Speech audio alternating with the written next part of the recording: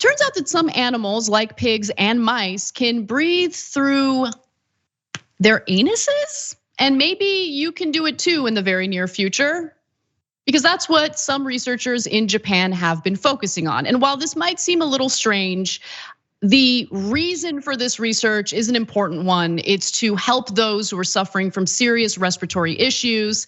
And here's what the researchers found. Again, this is a study being done in Japan. By pumping oxygen and oxygenated liquid through animals' buttholes in their intestines, the researchers found that they could survive without breathing through their lungs. The researchers first pumped oxygen gas into the anuses of oxygen-deprived mice, and here's what happened.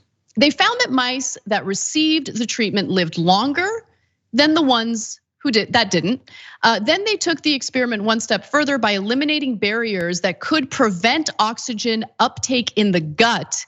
They scraped the mice's mucosa, the innermost layer of the gastrointestinal tract, and injected the gaseous oxygen into the animals. This helped the rodents survive even longer. Okay, let's just pause for a second, because like, how much longer, right? Because if you're on your deathbed and it's like, listen, we can pump oxygen through your butthole and you might live for a few more hours. I'll be like, just let me go. It's over. Like, let's wrap it up. Let's go.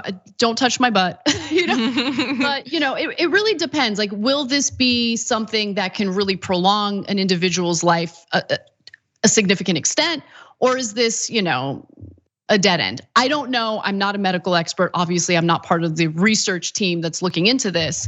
Well, you read through that medical stuff like you were a medical expert. Let me just say, I feel like I'm almost ready for the OR after hearing your instructions. But all right, if you say so. But Mark, it's interesting because I have a question for you. You're such a good guy, and you have really, you have changed your whole lifestyle because of your empathy for animals, your love for animals. And so when it comes to animal testing, I know that you kind of have a negative reaction to it. Is there ever an instance in which animal testing is justified for you if it means that it's going to save lives in the future? Wow, that's such a broad question. It would be hard for me to answer completely no. In the hypothetical, if there were a situation that would definitely save lives in the future, but we have to experiment with these animals, I suppose. But I am a hard no on all animal experimentation. This is a ridiculous, and I don't mean to be the buzzkill here, because I know it's weird because it's your butthole and there's air being blown up and it's all this stuff. But these pigs are sentient creatures. They feel pain, they feel joy, they feel fear. And they're highly intelligent. They have the intelligence roughly of a 2-year-old child. So, but even if they weren't intelligent, they feel those other things. And to think that the mice are the same way. The mice that are, there's an industry of experimenting on these creatures. And then they come up with something like this and go, hey, we've got a breakthrough. I mean, I don't even know how legit a breakthrough this is. It is such a big money industry. The industry of operating and experimenting on beagles and other dogs and as you know, monkeys. They're raised in the labs or they're raised for the labs. It's to me, it's grotesque. So it's very hard for me to get to a place where I'm good with it at all. And the last thing I'll say is, it's most of the time not applicable to the human population. It's really just for money.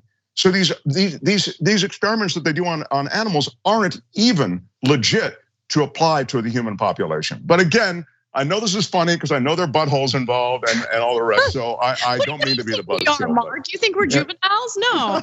I wasn't laughing about buttholes over here to myself quietly this whole time.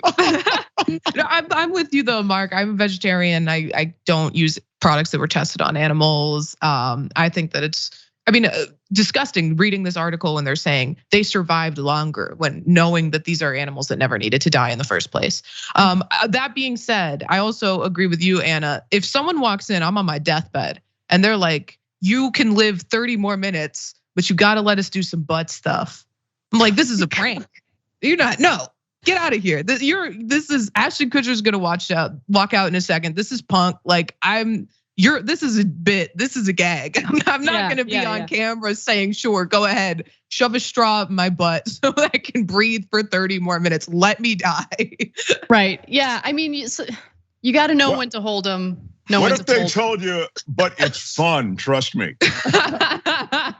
Still a no? Okay, all right. Look, no judgment if you're into that kind of thing, do you, boo? Right. I mean, I'm not Clarence Thomas sitting around thinking about that kind of stuff and thinking about how to ban it, you know? He's thinking about it a lot, I bet. A lot, yes. So much so that he needs to tell the world about it.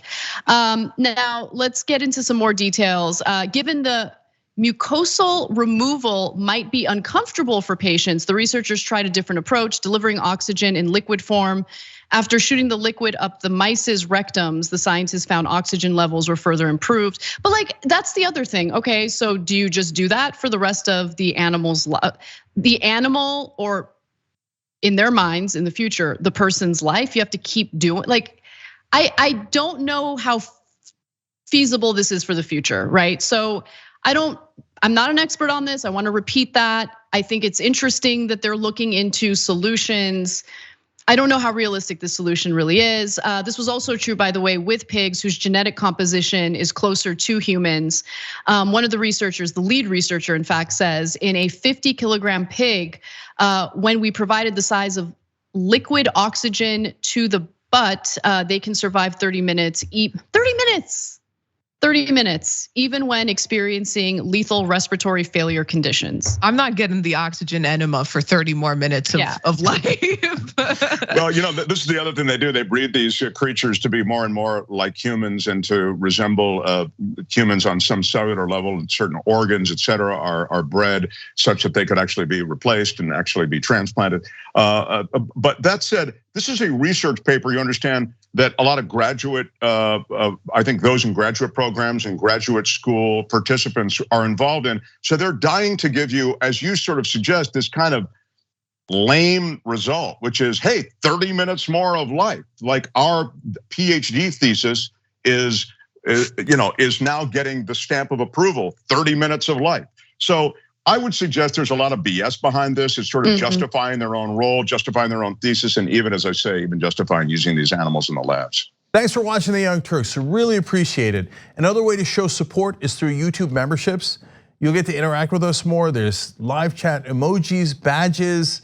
You've got emojis of me, Anna, John, JR, so those are super fun. But you also get playback of our exclusive member-only shows and specials right after they air. So all of that, all you gotta do is click that join button right underneath the video. Thank you.